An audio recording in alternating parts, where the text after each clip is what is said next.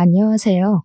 저는 경기도의 한 호텔 제과점에서 근무하고 있는 29살 여성입니다. 얼마 전에 연차를 내고 제가 어린 시절에 다녔던 초등학교를 가봤어요. 어릴 때는 학교 운동장이 정말 커 보였는데 어른이 돼서 다시 가보니 정말 작더라고요. 초등학교를 둘러보니 문득 이뤄지지 않은 첫사랑을 평생 가슴속에 품고 산다는 말이 생각났습니다. 이 말 살면서 한 번쯤은 들어보셨죠? 모두가 그랬듯 어렸을 때의 제 첫사랑 또한 참 순수했어요. 손만 잡아도 두근거리고 붙어만 있어도 종일 기분이 좋았답니다. 그렇게 마음속에서 잊지 않고 품고만 살다가 성인이 되어서 다시 첫사랑을 만나게 되었어요. 그것도 참 우연히 말입니다. 그의 이름은 바로 김동규인데 제가 왜 이런 말로 사연을 시작하냐면 첫사랑은 마음속에 품고만 살았어야 했다는 걸 알려드리기 위해서예요. 저는 아쉽게도 20년 전 첫사랑이 준 달콤한 추억거리 때문에 어른이 되어서도 첫사랑한테 많이 휘둘리고 말았거든요. 결혼은 현실이라는 말이 있듯 추억거리로는 절대 이뤄줄 수 없었던 제 결혼에 대해 여러분께 들려드리고자 합니다. 동규와 저는 초등학교 때 서울의 같은 동네에서 살면서 가족처럼 지냈던 사이였습니다. 부모님들도 서로 알 정도로 친했고 학교 끝나면 저와 동규는 매일 온 골목길을 뛰어다니며 놀았어요. 그러다가 배고프면 우리 집이든 동규네 집이든 어디든 들어가서 밥을 먹고 또 놀곤 했습니다. 우리는 매일 싸웠지만 그래도 없으면 또 허전해지고 보고 싶은 그런 존재였답니다. 그때는 지금처럼 핸드폰이 있는 것도 아니었고 재미난 게임기가 있는 것도 아니었는데 그냥 동규와 시간을 함께 보낸다는 것 자체가 마냥 즐겁고 행복했던 것 같아요. 우리는 정식으로 사귀는 사이는 아니었지만 친구들은 모두 우리가 사귄다고 생각했고 우리 또한 그것을 딱히 부정하지 않았어요. 그냥 자연스럽게 서로 좋아하는 사이가 되었고 학교가 마치고 저녁 시간 전까지 매일매일을 함께 보냈답니다. 그렇게 매일 놀다가 제가 경기도로 이사를 했어요. 그때는 핸드폰이 없어서 메신저로 한 번씩 연락하고 방학이 되면 제가 서울로 놀러 가기도 하고 동규가 경기도로 놀러 오기도 하면서 만남을 이어갔습니다. 그러다 고등학생이 되면서 자연스레 연락이 끊겨버렸어요. 제가 고등학교 2학년 때였습니다. 처음에 경기도로 이사 왔을 때는 집이 30평대 아파트였는데 이사하더니 20평으로 또 이사하더니 10평대의 빌라에서 살게 되었습니다. 알고 보니 아버지가 사업한다고 경기도까지 왔는데 사업이 잘 풀리지 않아 경제적으로 몹시 어려운 상태가 되었어요. 가정 형편이 점점 어려워지더니 언제부턴가 아버지는 매일 집에서 술만 드셨고 하나뿐인 딸인 저에게는 아무 관심이 없었습니다. 부모님은 하루가 멀다고 돈 때문에 매일 싸우시더니 결국 이혼을 하시게 되었고 저는 엄마와 함께 살게 되었답니다. 엄마와 저 둘이 살면서 경제적으로 정말 많이 힘들어지게 되었습니다. 엄마는 저한테 집안 걱정하지 말고 공부 열심히 해서 대학 가라고 하시며 본인은 식당에서 밤 늦게까지 일하셨어요. 다행히 식당 사장님이 너무 좋으신 분이라 엄마에게 이것저것 정말 많이 챙겨주셨습니다. 명절 때 되면 두둑한 보너스에 딸과 먹으라고 한우까지 다른 직원들 몰래 준비해 주셨어요. 저는 그런 사장님과 엄마의 든든한 지원으로 열심히 공부해서 고등학교 때 성적이 항상 전교 10등 안에 들 정도로 우수했습니다. 성적으로만 본다면 수도권의 대학교 원하는 과에 충분히 갈 수 있었죠. 그런데 대학교가 공부만 잘한다고 갈 수 있는 곳이 아니더라고요.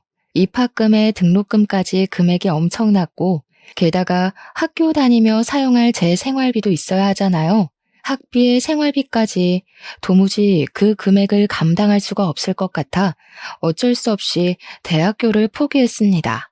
지금 대출을 받아가며 대학교에 다니는 것보다 당장 돈을 벌 수 있는 자격증을 따는 게 더 현실적으로 맞는 것 같았거든요. 사실 저는 어릴 때부터 빵을 좋아했고 중학교 때부터는 간단한 빵을 직접 만들 수 있었기에 이런 저의 특기를 살려 제과제빵 자격증을 땄습니다. 그리고 바로 집 앞에 개인 베이커리점으로 취업을 하게 되었어요. 개인 베이커리점이기는 하지만 동네에서는 꽤 크고 유명한 곳이었고 베이커리점 사장님은 호텔 제과점에서 근무하시던 분이라 그곳에서 빵 만드는 기술을 많이 배울 수 있었습니다. 꽃 같은 나이인 20대지만 친구들과 만나지도 않고 연애 같은 거는 꿈도 꾸지 못했으며 하루에 3시간에서 4시간만 자고 일에만 빠져서 살았어요. 이런 저의 모습을 좋게 보신 사장님은 호텔 제과점에 계시는 지인분께 저를 추천해 주셔서 27살의 나이에 호텔 제과점에 입사하게 되었고 지금까지 열심히 일하고 있네요. 지금은 이렇게 제과점에서 일하고 있지만 나중에는 제 이름을 건 빵집을 차리는 것이 제 소원입니다. 그래서 그날을 위해 열심히 배우고 일하고 있답니다. 제가 호텔 제과점에 입사해서 일하는 동안 엄마도 열심히 식당에서 일하시며 돈을 차곡차곡 모으시고 식당 사장님의 도움을 받아 엄마가 직접 음식점을 차리셨어요. 처음에는 아주 힘들었지만 그래도 엄마가 오랜 시간 식당에서 일해온 경력도 있으시고 손맛도 좋으셔서 그런지 동네에 점점 입소문이 나서 지금은 대기업 간부들 월급 정도는 순수익으로 나오는 상황이랍니다. 갈수록 엄마의 식당도 잘 되고 저 역시 호텔 제과점에서 일함으로써 이전과는 다르게 조금은 여유 있는 생활을 하고 있습니다. 그러던 어느 날이었어요. 언제나 그랬듯이 저는 호텔 제과점으로 출근해서 일하고 있었습니다. 한창 정신없이 일하고 있는데 어디선가 많이 본 남자가 들어오더라고요. 자세히 보니까 어릴 때 서울에서 같이 놀던 김동규였습니다. 10대 때 헤어진 우리가 20대가 되어 생각지도 못한 장소에서 만나서 신기하기도 하고 너무 반가웠어요.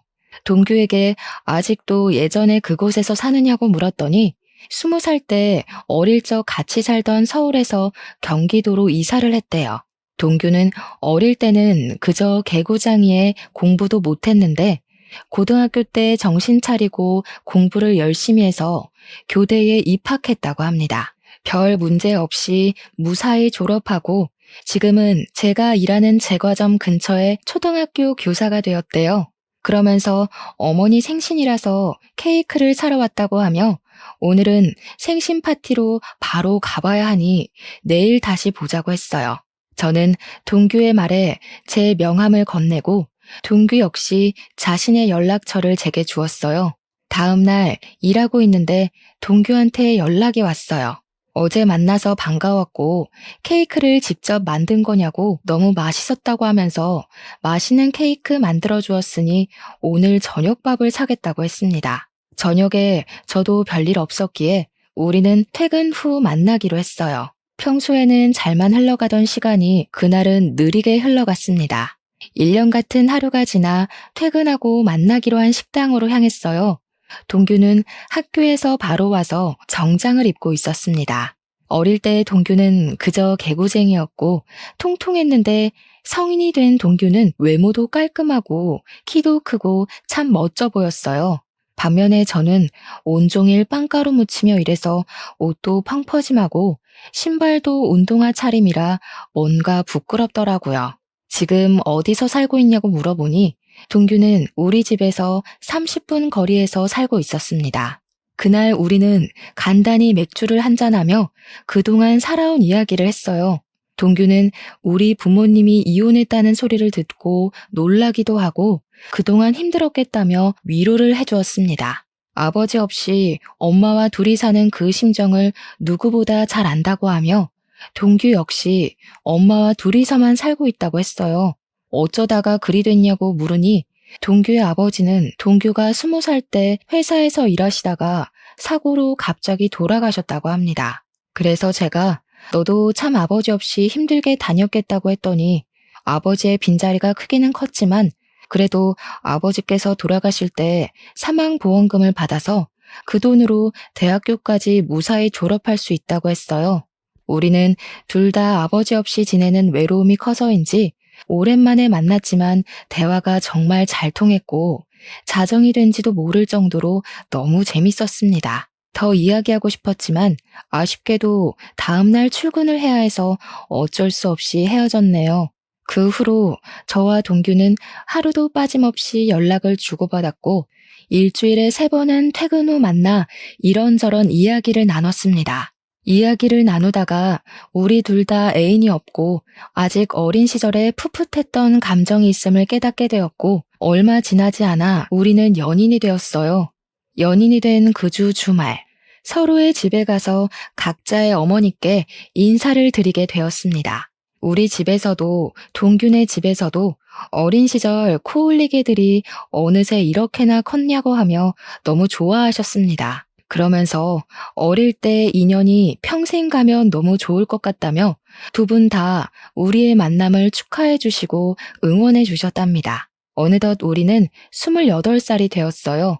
슬슬 주변에서 결혼한 친구들의 이야기가 들리고 우리도 결혼에 대해서 진지하게 고민을 하게 되었습니다. 우리는 어차피 서로의 어머니를 알고 있으니 바로 상견례를 하기로 하고 상견례 날짜와 장소를 잡았습니다.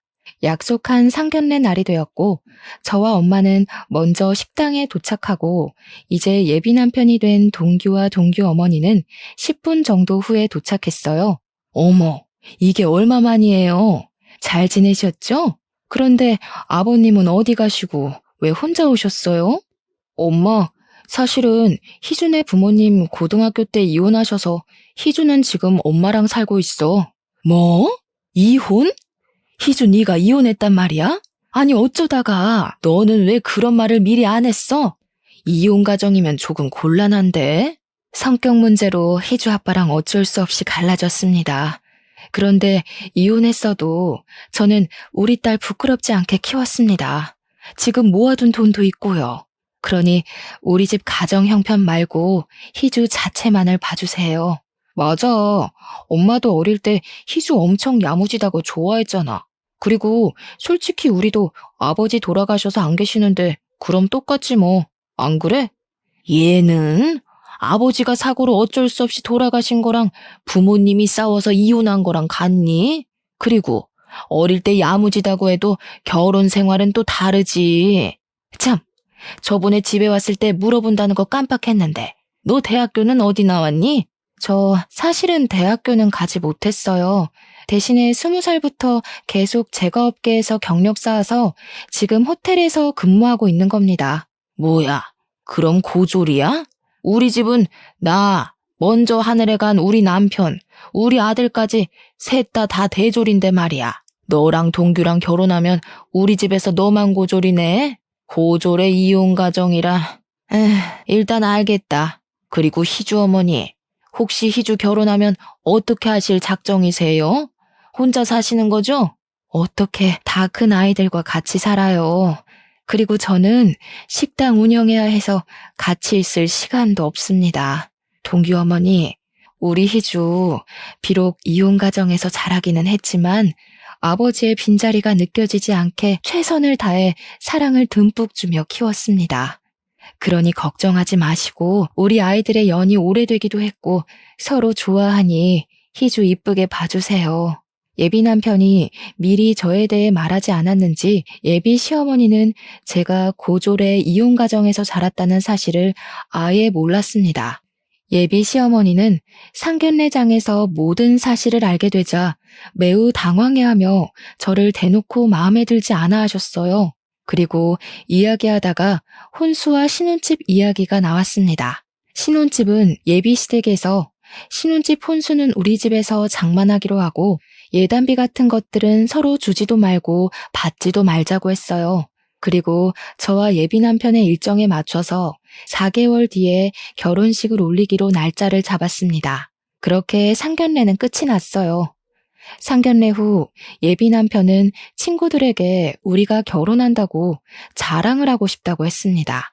예비 남편은 서울에서 고등학교까지 다녀서 꾸준히 초등학교 동창회 모임을 나갔고 여전히 초등학교 동창들과 아직도 연락하고 지냈습니다. 예비 남편은 다음 주 주말에 친구들과 만나기로 약속을 잡겠다고 하며 저한테도 같이 서울에 가자고 했어요. 저 역시 어린 시절 친구들이 보고 싶어서 알겠다고 했네요. 약속한 다음 주 주말. 설레는 마음으로 초등학교 친구들을 보러 갔어요. 중학교 이후로는 처음 보는 친구들이 저를 보며 너무 반가워해주고 저도 어린 시절의 그 모습 그대로 있는 친구들을 보니 신기하고 마냥 좋았습니다. 친구들은 우리가 결혼을 한다니 어릴 때 그렇게 손잡고 다니더니 결혼까지 하냐며 진심으로 축하해 주었어요. 친구들은 결혼식에 꼭 갈 테니 청첩장 나오는 대로 연락 달라고 하고 신혼집 정리되면 집들이 하라고 상화였습니다. 우리는 너무 반가워하며 밤늦게까지 신나게 놀다가 지하철 막차를 타고 겨우 집으로 들어갔어요. 친구들에게 결혼 사실을 알린 후 우리는 본격적인 결혼 준비를 시작했습니다. 일단 결혼식장과 스드메를 알아보러 다녔어요. 남들은 결혼식장 고르고 스드메 준비할 때 많이 싸운다던데 우리 둘은 취향이 비슷해서인지 큰 다툼 한 번 없이 바로바로 결정되었습니다. 그리고 신혼집을 알아봤어요. 우리의 경제적인 형편과 회사와의 거리 등 모든 것을 생각해보니 우리가 살 수 있는 집이 두 채가 있었습니다. 금액은 둘 다 비슷했고 하나는 방 두 칸에 우리 둘의 회사 가운데에 있는 집이고 다른 하나는 방 세 칸에 남편 회사와 가까운 곳에 있는 집이었어요. 저는 방 두 칸짜리 집을 원했습니다. 왜냐하면 그 집이 제 회사와의 거리가 차로 15분 거리이기도 했고 햇빛도 잘 들고 뭔가 집 분위기가 참 좋아 보였어요. 하지만 세 칸짜리 집으로 가면 회사와의 거리가 40분으로 늘어나고 무엇보다 햇빛이 잘 들지 않는 것 같았습니다. 그래서 저는 두 칸짜리 집을 원했는데 예비 남편은 남편 회사와 집이 가까운 세 칸짜리 집을 원했어요. 거리도 거리였지만 남편 주변에 결혼한 형들이 아이 생기고 나서 아이 방 만든다고 이사 다니면 힘드니까 신혼집은 되도록 큰 곳으로 구하라고 했대요.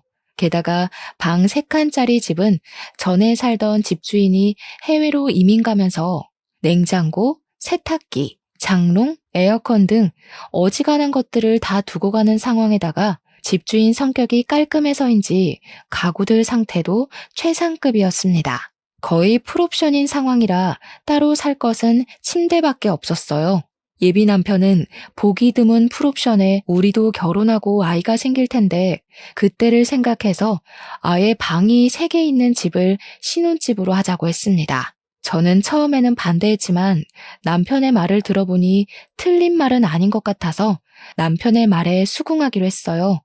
회사와 집의 거리가 멀다는 것이 문제이기는 했지만 저는 출퇴근 시간이 규칙적이지 않아서 아예 새벽 아니면 오후에 출근을 하는 반면 예비 남편은 차가 많이 다니는 시간에 출퇴근하니 차라리 남편의 회사가 가까운 곳으로 가는 것이 더 낫겠다는 생각이 들었어요. 그래서 방 3칸 집을 우리의 신혼집으로 결정했습니다. 저와 예비 남편은 예비 시댁에 가서 방 3칸짜리 집으로 정했다고 말씀드렸어요. 예비 시어머니는 위치며 집 크기, 그리고 풀옵션인 것까지 너무 좋다고 하셨습니다. 집 크기도 그러고 위치도 우리 집이랑 가까워서 좋기는 한데 그럼 침대만 새로 드리면 되는 거 아니야? 요새 결혼은 반반 결혼이 대세라던데. 그러면 어차피 침대 얼마 하지도 않으니 집 살 때 반반 부담하자. 어때? 반반이요? 원래 집은 해주신다고 하시지 않았나요? 그렇긴 한데 그때는 네가 혼수를 다 장만했을 때고 지금은 혼수 장만 다 안 해도 되는 상황이잖아. 그리고 희주 너도 결혼할 때 뭐라도 해와야지 나중에 말이 없잖아. 안 그래? 그니까 그냥 반반씩 부담해서 집 계약하자. 예비 시어머니는 집을 해주시기로 했는데 갑자기 집값을 반반 부담하자고 하셨습니다. 저는 저 혼자 결정할 문제는 아닌 것 같아서 저희 엄마와 의논해보고 알려드리겠다고 했어요. 그날 집에 와서 엄마에게 이런 상황을 말씀드리니 엄마 역시 예비 시어머니와 같은 생각이라며 너무 아무것도 안 해가면 나중에 말이 나온다고 하셨습니다. 어차피 지금 상황이 혼수는 거의 할 것 없고 침대 솔직히 그다지 비싸지도 않으며 게다가 엄마와 제가 꾸준히 일하고 있으니 경제적으로도 어렵지 않다며 반반으로 하자고 하셨어요. 저 역시 어차피 결혼하면 부부는 경제 공동체로 같이 생활하는 것이기에 반반으로 부담하는 것이 바르다고 생각되어 예비 시어머니의 말에 따르기로 했습니다. 그래서 저와 예비 남편이 함께 그 집을 마련했어요. 당연히 명의도 공동 명의로 했답니다. 신혼집을 구했으니 이제 침대를 알아보러 다녔어요. 내 주변에 결혼한 언니들의 이야기를 들어보면 신혼 때 아예 훗날 태어날 아기까지 생각해서 큰 침대를 사는 게 좋다고 들었습니다. 저와 예비 남편은 둘 다 아기들을 좋아해서 결혼하면 바로 아기를 가질 생각이었기 때문에 패밀리 침대를 사기로 하고 바로 계약했습니다. 그런데 예비 남편이 그 옆에 있던 1인용 침대도 사자는 것입니다. 싱글 침대는 왜 사냐고 했더니 부부 침실로 사용할 큰 방을 빼면 방이 2개가 남는데 이 방 중 하나를 게스트룸처럼 사용해서 어머니들이 오시면 그 방에서 주무시게 하자는 거예요. 사실 아기 생기기 전까지 방 하나는 남편 취미방으로 사용하고 다른 방 하나는 제 서재로 사용하려고 했는데 뭐 이렇게 하는 것도 나쁘지 않겠다 싶어 싱글 침대도 계약하고 작은 장롱까지 계약했습니다. 이렇게 가구까지 다 샀고 결혼식 전에 가구만 집에 들이면 되었어요. 이어서 웨딩 촬영도 하고 청첩장도 만들었습니다. 저와 예비 남편은 지인들에게 청첩장을 돌리며 행복하게 살 날만 손꼽아 기다리고 있었어요. 그러던 어느 날 일하고 있는데 예비 시어머니한테 전화가 왔습니다. 지금 제가 일하는 곳 근처에 볼 일이 있어서 왔는데 잠깐 나올 수 있냐는 거예요. 마침 한가한 시간이라 잠깐 시간이 될 것 같아 30분 정도는 여유 있으니 가겠다고 했습니다. 예비 시어머니는 호텔 안에 카페에 있을 테니 그곳으로 오라고 하셨어요. 점장님께 말씀드리고 카페에 가보니 예비 시어머니가 앉아있고 저를 보더니 반가워하셨습니다. 지나가는 길에 잠깐 얼굴 보고 싶어서 들렀다며 결혼 준비하느라 바쁠 텐데 신경을 많이 못 써줘서 미안하다고 하셨어요. 그래도 둘이 참 기특하네. 이렇게 알아서 준비를 척척하고 말이야. 사실 오늘 내가 부탁이 하나 있어서 잠깐 보자고 했어. 내가 피부가 좀 예민해서 실크 이불 아니면 잠을 못 자. 그리고 허리도 좋지 않아서 침대 매트리스도 저렴한 거 쓰면 못 잔단다. 그 점 염두에 두고 침대 주문하라고 부른 거야. 네? 갑자기 그건 무슨 소리예요? 어머니, 이불이랑 침대도 사야 하는 거였어요? 얘는 너희 신혼집에서 나랑 같이 살기로 했잖아. 그래서 작은 방에 내 침대랑 장롱 드린다며. 그 방이 내 방이라고 해서 나 너희 결혼 날짜에 맞춰서 집도 내놨어. 저 그런 얘기 한 적도 없고 동규한테 들은 적도 없는데요? 잘못 알고 계신 거 아니에요? 상견례 끝나고 같이 살기로 말 다 됐다고 하던데 동규가 아직 말하지 않았나 보네. 그리고 너 남편 될 사람한테 동규가 뭐니 동규가. 결혼하면 남편은 서방님이라고 쓰는 거야. 되도록 존칭도 쓰고 알겠니? 아무튼 너희 둘 다 계속 일하느라 바쁘기도 했고 특히 너는 고졸의 부모님도 이혼하셔서 집안 살림이나 집안 어른에 대한 예절을 뭐 제대로 배우기라도 했겠니? 그래서 내가 너랑 같이 살면서 너한테 살림도 가르쳐주고 음식도 가르쳐주고 할 거다. 알겠니? 저는 여기서 일하고 있는데 제가 어떻게 살림을 해요. 게다가 요새는 굳이 직접 살림하지 않아도 청소는 로봇 청소기가 하고 믿을 만한 반찬 가게도 많이 있어요. 음식도 거기서 사 먹으면 훨씬 더 저렴하고 좋아요. 이거 아주 무식한 소리라네. 이래서 여자들도 다 대학을 나와야 하고 자라는 환경을 다 봐야 한다니까. 이렇게 나이 먹은 나도 대학교를 나왔는데 너는 대학교도 안 나오고 도대체 뭐 했니? 아유, 답답해. 예, 대학교가 공부만 하는 곳이 아니야. 사회생활도 배우고 인성도 배우고 하는 곳이란다. 알겠니? 그리고 고졸 출신인 네가 대졸 출신인 시어머니와 교사인 남편 어디 가서 구할 수나 있겠니? 고졸 출신들은 대졸 출신을 무조건 따라야 해. 그니까 잔말 말고 내가 하자는 대로 해. 결혼하면 즉시 여기 관두고 딱 집에 붙어서 살림만 해. 알겠지? 죄송하지만 저도 여기서 일하면서 얻는 성취감도 있고 제 꿈도 있습니다. 그래서 전 이 일 절대 포기 못해요. 그리고 지금 일하러 들어가 봐야 할 것 같아요. 이 얘기는 못 들은 걸로 하겠습니다. 뭘 못 들은 거로 해? 오늘은 일찍 퇴근하는 날이지? 퇴근하고 동규랑 우리 집으로 와라. 내가 동규한테 말해놓으마. 알겠니? 저는 더 이야기하고 아닌 건 아닌 거라고 말하고 싶었지만 점장님이 빨리 들어오라고 전화가 와서 바로 들어가 봐야만 했습니다. 시어머니와 이야기하니 싱숭생숭했어요. 저는 예비 남편과 저 단둘이서만 살기를 바랐습니다. 솔직히 결혼하는 모든 신혼부부가 다들 그러지 않겠어요?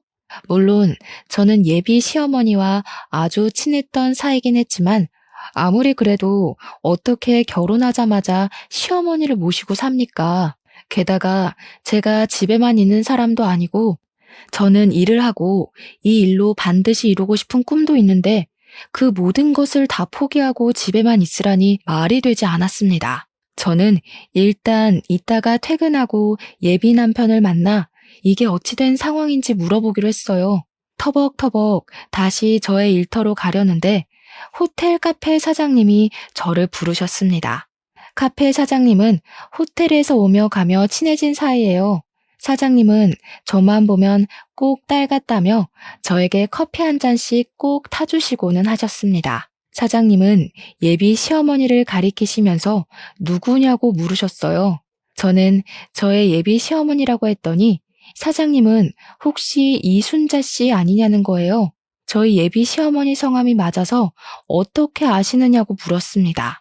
알고 보니 카페 사장님과 예비 시어머니는 초등학교, 중학교, 고등학교 동창이었더라고요. 그러면서 어릴 때는 그렇게 찢어지게 가난하더니 커서 성공했나 보다고 하며 예비 시어머니의 과거를 이야기해 주셨는데 저는 정말 뒤통수 한 대 맞은 기분이었습니다.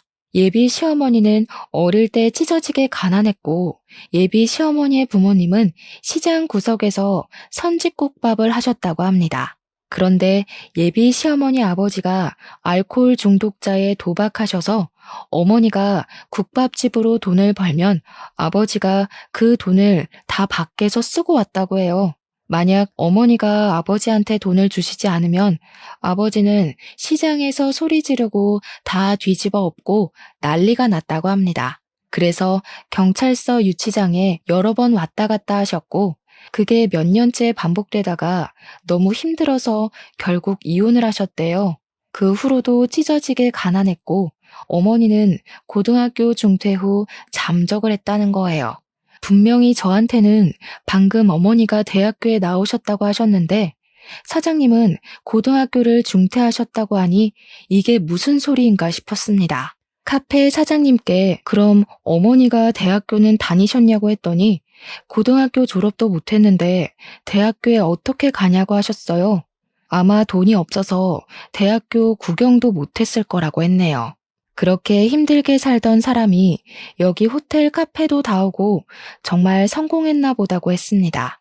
카페 사장님의 말씀을 정리해보면 예비 시어머니는 저처럼 이혼 가정에 찢어지게 가난하게 자라서 대학교 입학조차 하지 않았던 것입니다. 그러면서 저한테는 이혼 가정에서 자랐고 제가 고졸 출신이라고 그렇게 무시를 했던 거였어요. 저는 카페 사장님의 말씀을 듣고 동규와의 결혼을 진지하게 다시 고민해봐야겠다는 생각이 들었습니다. 저와 아무 상의 없이 시어머니가 우리 신혼집에 사신다는 것도 황당한데 시어머니는 본인이 이혼 가정의 고졸 출신이면서 저를 그렇게 무시하신 것이잖아요. 어릴 때부터 봐서 저를 딸처럼 잘 대해주실 것이라 믿었는데 어머니에 대한 배신감과 충격이 꽤 컸습니다. 이날은 정말 무슨 정신으로 일했는지 모르겠네요. 넋이 나가서 일한 후 퇴근 시간이 되어 예비 남편이 호텔 앞으로 왔어요. 저는 예비 남편의 차를 타고 예비 시댁으로 향했습니다. 예비 남편의 차에서 어머니께서 우리와 같이 사는 것으로 알고 계시던데 어찌 된 거냐고 물었어요. 내가 저번에 말하지 않았나? 그때 싱글 침대 둔다고 했던 작은 방 있잖아. 그 방 우리 엄마 방이야. 엄마랑 같이 살면 좋지 뭐. 솔직히 너도 일하고 나도 일해서 집안 청소해 줄 사람도 없는데 엄마가 집안일도 좀 봐주고 그러다 아기 생기면 아이도 좀 봐주시고 하면 좋지. 안 그래? 다른 문제도 아니고 어머니와 같이 사는 문제를 왜 나한테 의논 하나 없이 그렇게 막무가내로 진행해? 그게 너랑 의논까지 할 문제야? 어차피 너도 우리 엄마 불편하게 생각하지 않잖아. 그리고 너랑 우리 엄마 사이가 보통의 고부 사이야? 우리 초등학교 때 생각 안 나? 너 뛰어놀다가 흙 묻고 넘어져서 오면 너 씻겨주기까지 했는데 같이 사는 게 뭔 문제야? 그냥 엄마처럼 생각해. 그리고 나 결혼하면 엄마 이제 혼자 사시는데 어떻게 따로 살아? 내가 유일한 아들인데. 그럼 우리 엄마도 같이 살아. 우리 엄마도 이혼하시고 혼자잖아. 나도 엄마의 유일한 딸이니까 그래도 되는 거지? 방 3개니까 한 개는 우리 쓰고 작은 방 2개 중에 하나는 우리 엄마, 다른 하나는 너희 엄마 쓰시게 하면 되겠네. 뭐? 어떻게 사돈이 같이 한 지붕에서 사냐? 듣기만 해도 세상 불편하네. 너네 엄마는 우리 집에서 살아도 되고 우리 엄마는 우리 집에서 살면 안 되냐? 게다가 이 집이 너 혼자 마련했어? 나도 절반은 마련했어. 그리고 집에 들어간 침대, 장롱은 다 내가 산 거 알지? 이 집에 대한 지분 나도 적어도 절반은 있어. 그니까 너네 엄마 모시고 살려면 우리 엄마도 모시고 살아. 저와 예비 남편은 예비 시댁으로 가는 길 내내 싸웠습니다. 그렇게 서먹해진 채로 예비 시댁에 들어갔어요. 예비 시어머니는 소파에서 팔짱을 딱 꼬고 화가 잔뜩 난 채로 앉아 계셨습니다. 그리고 예비 시어머니 앞에는 종이 한 장이 놓여 있었어요. 종이에는 제가 결혼하면 같이 살면서 해야 할 일이 적혀 있었습니다. 예비 시어머니는 제가 오자마자 저한테 종이를 던지셨어요. 내용을 보니 예비 남편 집의 제삿날 친척들의 생신이 쭉 적혀 있더라고요. 봤니? 네가 이혼 가정의 고졸 출신이라 아무것도 모를 것 같아서 얘기하는데 자고로 여자가 시집 가면 시댁의 행사는 목숨보다 귀히 챙기는 거다. 알겠니? 그리고 조금 있으면 명절이지? 명절날에는 친정에 갈 생각 추호도 하지 말아라. 출가 외인이라고 들어봤지? 고졸 출신이라 모르나? 시집간 딸은 남이라는 뜻이야. 이제 친정은 못 가. 그리고 만약에 내가 아프면 나 요양원에 보낼 생각하지 말고 평생 네가 날 돌봐야 한다. 그게 며느리고 여자야. 알겠니? 글쎄요. 이건 아닌 것 같은데요. 옛날에야 남자가 집도 해주고 경제적으로 도움을 주니까 그렇게 살아왔지만 이제 시대가 변했어요. 여자도 같이 일하고 집도 같이 준비해오는 마당에 왜 여자라는 이유로 이렇게까지 해야 하죠? 저는 그렇게 못 삽니다. 뭐? 그게 지금 말이라고 하는 거니? 어릴 때는 야무지고 똑똑했던 애가 이혼 가정에서 자라서 멍청해졌네. 그래, 너도 맞벌이하고 집도 반반으로 준비해왔어. 그래도 넌 고졸 출신이야. 태생이 고졸이라고. 지금 조건을 비교해봐라. 네가 우리 동규처럼 좋은 대학을 나왔니? 아니면 집안이 좋기를 하니? 고졸 출신의 이혼 가정에서 자란 너 따위가 대졸 출신인 시어머니와 교사인 우리 동규 같은 좋은 신랑감 어디 구할 수 있을 것 같아? 그니까 잔말 말고 고졸 출신인 너는 대졸 출신인 내 말을 무조건 따라야 해. 결혼하면 같이 살고 너는 회사 관두고 집에서 나한테 집안일 배워라. 알겠니? 자꾸 저한테 저는 고졸 출신이고 어머니는 대졸 출신이시니 어머니의 말씀을 따르라고 하시는데 어머니, 대학교 졸업장 한번 보여주실 수 있으세요? 저 어머니 대학교 나왔다고 말만 들었지 증거는 하나도 못 봐서요.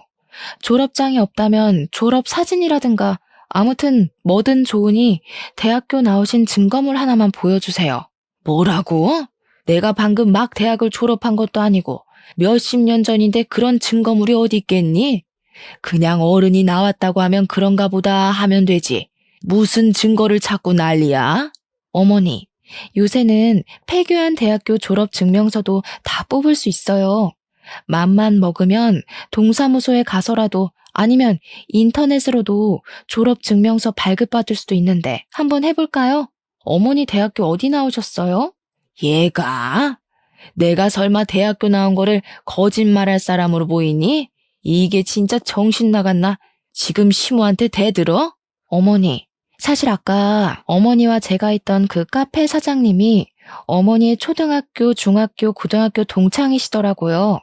어머니 성함도 잘 알고 계시던데요. 저 그분한테 어머니의 학창시절 다 듣고 왔습니다. 어릴 때 어머니 집안이 시장에서 선지국밥집을 하셨고 어머니 역시 저와 똑같은 이혼가정이시더라고요. 게다가 대졸은 무슨 고등학교도 졸업을 못 하셨던데 만약에 제가 알고 있는 이 사실이 아니라면 대학교 다니셨던 증거 내일까지 보여주세요. 동사무소 가셔서 신분증 보여주시면 아마 뽑아줄 겁니다. 이게 다 무슨 소리야? 엄마 동네에서 공부 제일 잘해서 동네에서 유일한 대졸자 아니었어? 할아버지가 일찍 돌아가셔서 힘들었지만 공부는 제일 잘해서 장학금 받고 대학교도 졸업했다면서. 장학금은 무슨? 할아버지는 알코올 중독에 도박으로 할머니와 이혼하시고 고등학교도 중퇴하셨대. 동창이었던 카페 사장님 말씀으로는 돈이 없어서 대학교 구경도 못 해보셨을 거라던데. 그래, 나 고등학교 중퇴했고 우리 부모님은 이혼했다. 그게 뭐? 이 나이에 그게 무슨 상관인데? 맞아요. 어머니가 어떤 환경에서 자랐고 학벌이 좋든 말든 상관없죠. 저도 어머니가 대졸이든 중졸이든 초졸이든 아무 상관없고 어머니가 이혼 가정에서 자라시든 말든 상관없어요. 그렇지만 적어도 거짓말은 하지 마셨어야죠. 그리고 어머님 본인처럼 이혼 가정에서 자란 예비 며느리를 그렇게 무시하고 싶으셨어요? 한 가지 더. 아까도 말했듯이 신혼집 장만할 때 저도 반 보탰습니다. 게다가 혼수도 제가 다 장만했는데 제가 왜 어머니를 모시고 살아야 해요? 저는 그리 못 삽니다. 야, 그냥 같이 살면 되지. 그게 그렇게 어려운 일이야? 그럼 네가 모시고 살아. 너는 너네 엄마 모시고 살고 나는 우리 엄마 모시고 살면 되겠네. 그냥 그렇게 하자. 우리 결혼이고 뭐고 다 취소하고 그냥 따로 모시고 살자.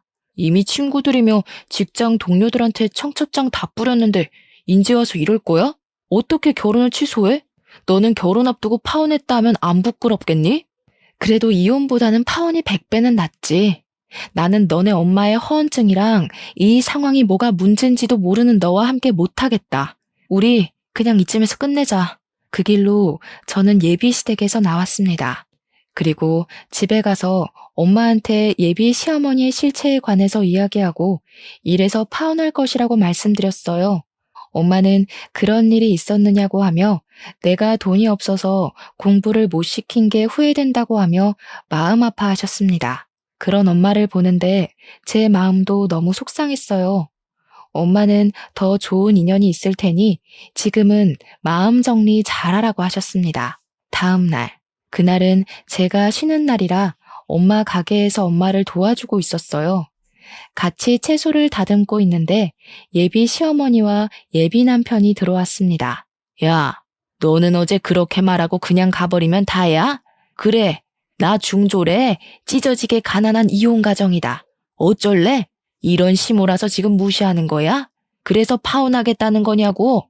저는 어제도 말씀드렸듯이 어머니의 학력이 어떻든 어린 시절 어떻게 사셨든 상관없어요. 그런데 자꾸 저한테 거짓말하시고 저한테 어머니를 모시고 살라고 하시며 부당한 것들을 요구하시는데 말이 되나요? 그게 왜 말이 안 돼? 우리 엄마 너 진짜 딸처럼 생각했어. 그래서 딸처럼 곁에 두고 잘 챙겨주겠다는데 그게 뭐? 딸처럼 생각한다는 분이 잘 다니는 회사 관두고 집에 와서 집안 살림하라고 하냐? 그리고 제사에 생일까지 다 챙기고 벌써 출가회인 타령하시는 게 정상이야? 게다가 어머니 아프시면 요양원 보내지 말고 무조건 모시라고? 명절 때는 친정에 갈 생각도 말고? 그게 말이 돼? 세상 천지에 자기 딸한테 결혼했다고 잘 다니던 회사 관두고 집에 들어와서 살림하라는 엄마가 어딨니? 명절날에는 출가 외인이니 친정에 오지도 말라는 엄마가 어딨어? 이게 배우지 못한 티를 내나 여자는 당연히 그래야 하는 거 아니야? 그러는 그쪽은 뭐 그러셨나요? 개구리가 올챙이 쩍 기억 못한다더니 딱 그 꼴이네요. 우리 애들 초등학교 시절 때 그쪽 시어머니 치매 오셨죠? 그때 그쪽 남편은 집에서 모시자고 그러고 그쪽은 요양원에 보내자고 하면서 매일 싸우셨잖아요. 본인은 그래놓고 우리 딸한테는 그쪽 치매 걸리면 그쪽에 똥오줌 다 치우라는 겁니까? 명절 때는 또 어땠고요? 명절 아침에 해 뜨자마자 시댁에서 탈출했다고 좋아하던 사람이 누군데 우리 애한테는 친정에는 가지도 말라고 해요? 그쪽이나 제대로 하고 이런 요구하세요. 아시겠어요? 당장 나가요. 영업 방해죄로 신고할 테니까.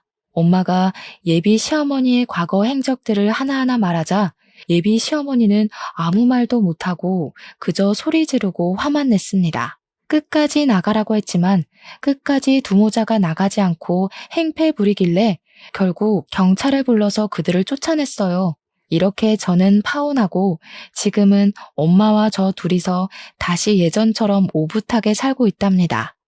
예식장과 신혼집, 가구 등을 다 취소하면서 위약금을 많이 물기는 했지만 인생 공부했다 생각하고 있어요.